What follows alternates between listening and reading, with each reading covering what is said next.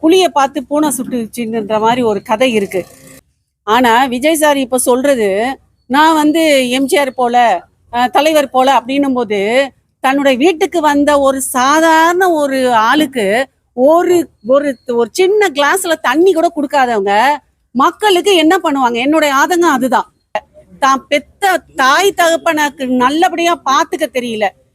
எங்க தலைவர், புரட்சி தலைவர் எல்லாம் அம்மாவுடைய சிலைய முன்னாடி வச்சு, அம்மாவுடைய படத்தை தான் வச்சு அவங்க கும்பிட்டு, ஒரு பெத்த தாய்க்கு எப்படி வாழணும், மகனா எப்படி இருக்கணும், இந்த குடிமகனா எப்படி வாழணும்னு ஒவ்வொரு படம் மூலியமா பெத்த தாய் தகப்பனை உயர்த்தி இருக்காங்க.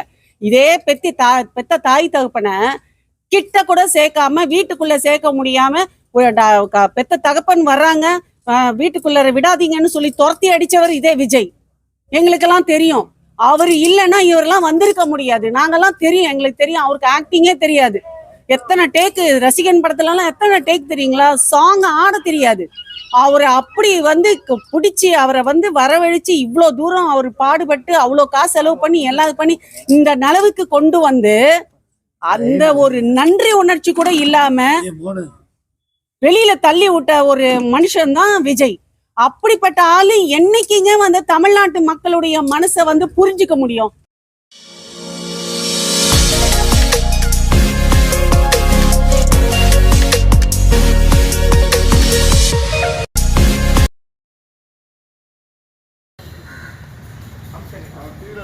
இங்கே பாருங்கள் சார், அப்படியே லைட்டாக திரும்பி ஓகே, அப்படியே அப்படியே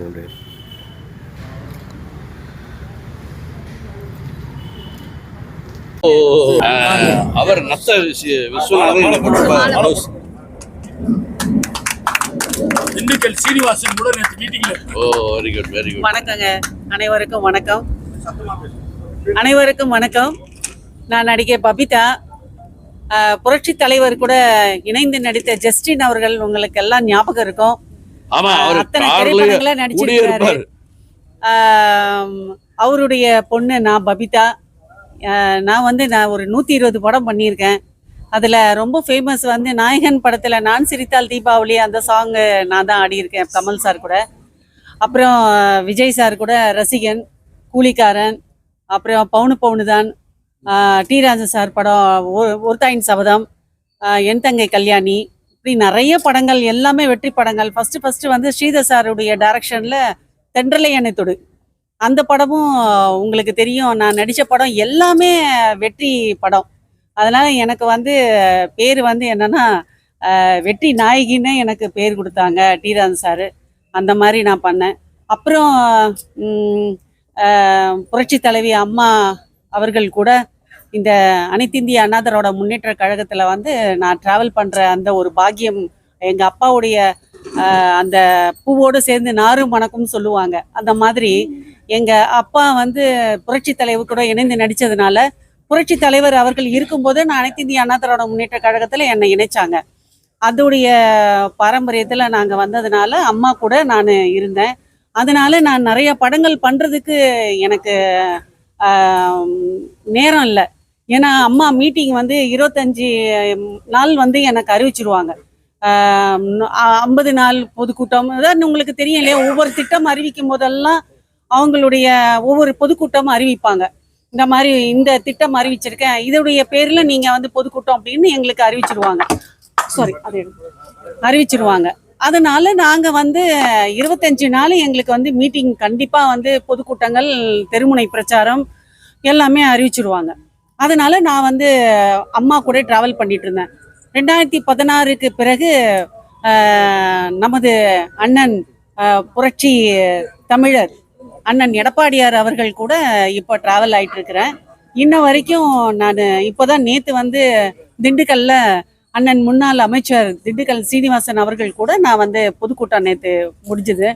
நைட்டு கிளம்பி இன்னைக்கு காலையில தான் வந்தேன்.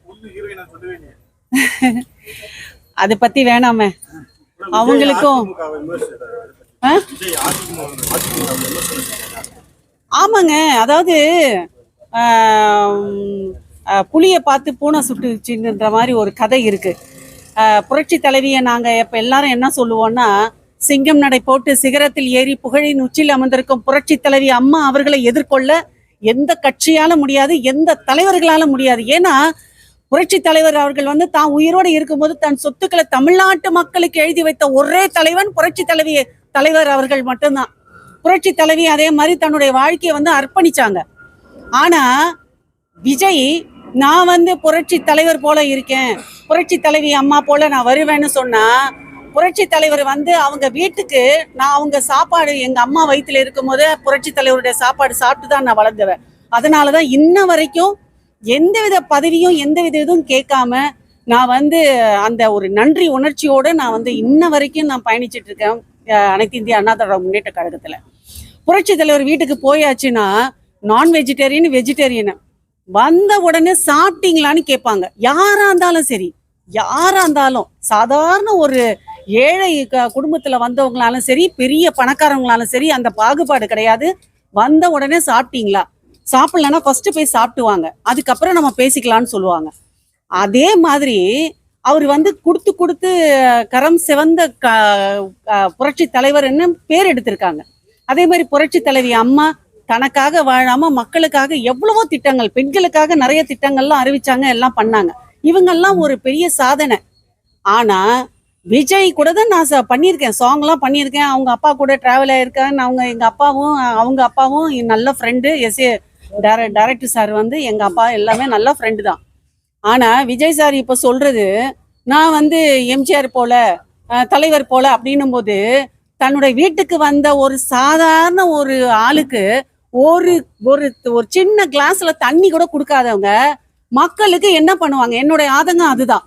நீங்க வீட்டுல அவரு வந்து புரட்சி தலைவர் நம்ம அண்ணன் வந்து விஜயகாந்த் அவர்களை கூட எடுத்துக்கலாம், வீட்டுக்கு வந்தவங்களுக்கு சாப்பாடு கொடுக்காம அனுப்புனது கிடையாது. அதே போல புரட்சி தலைவரும் அந்த மாதிரிதான். அவர் நடிக்கிற காலத்துல இருந்து அவர் வந்து அரசியலுக்கு வர்றதுக்கு முன்னாடியில இருந்து சாப்பாடு கொடுக்குற அந்த ஒரு பாகுபாடு, அந்த ஒரு பண்பு இருக்கு. ஆனா இதே விஜய் வீட்டுல ஒரு சாதாரண ஒரு ஆளு இப்போ ஒரு ரசிகர்களை போனாங்கன்னா பார்க்க முடியுமா? முடியாது. புரட்சி தலைவரை பார்க்க முடியும்.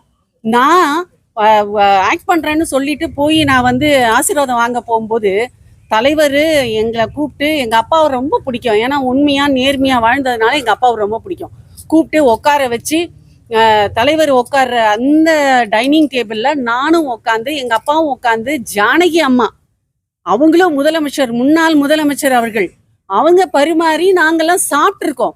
அந்த ஒரு ரத்தம், அந்த ஒரு துடிப்பு, அந்த ஒரு நேர்மை, அந்த ஒரு பண்பு, அந்த ஒரு ஒரு நாங்க எங்களெல்லாம் மதிச்சு அவங்க வந்து கூப்பிட்டு உட்காந்து சாப்பாடு கொடுக்கணும்னு அவசியம் இல்லை.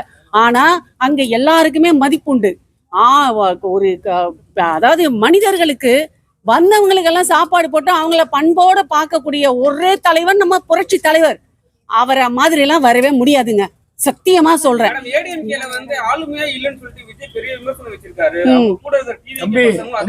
ஆளுமை இருங்க, ஆளுமை இல்லாம என்னுடைய கருத்து என்னன்னா, புரட்சி தலைவர் ஆரம்பிச்ச அனைத்து இந்திய அண்ணா திராவிட முன்னேற்ற கழகம் என்றென்றும் புரட்சி தலைவர் சொன்னது போல தனக்கு பின்பும் 100 ஆண்டு காலம் அனைத்து இந்திய அண்ணா திராவிட முன்னேற்ற கழகம் ஆட்சி அமைக்கும். பாருங்க, இந்த வர்ற சட்டமன்ற தேர்தல்ல கண்டிப்பா ஆட்சி அமைக்க. ஏன்னா நாங்கெல்லாம் தேர்தல் பிரச்சாரம் தெருவா நாங்க சுத்தி நாங்கெல்லாம் உழைச்சிருக்கோம். நாங்க எத்தனை வருஷம் தெரியுமா? நான் வந்து கிட்டத்தட்ட ஒரு 30 வருஷமா நான் வந்து அனைத்து இந்திய அண்ணா திராவிட முன்னேற்ற கழகத்துல இருக்கேன். இதே திமுகல என்ன கூப்பிட்டாங்க, இன்னும் நிறைய கட்சிகள்ல கூப்பிட்டாங்க, வாங்க நம்மள இது பண்ணுங்க, உங்களுக்கு ஒரு பதவி தரேன், உங்களுக்கு நல்ல பேமெண்ட் தரேன். எனக்கு எதுவுமே வேண்டாம். ஏன்னா இது என்னோட சொந்த வீடு, அனைத்து இந்திய அண்ணா திராவிட முன்னேற்ற கழகம். அந்த சொந்த வீட்டை விட்டுட்டு நான் வாடகை வீட்டுக்கு போறதுக்கு எனக்கு விருப்பம் இல்லை.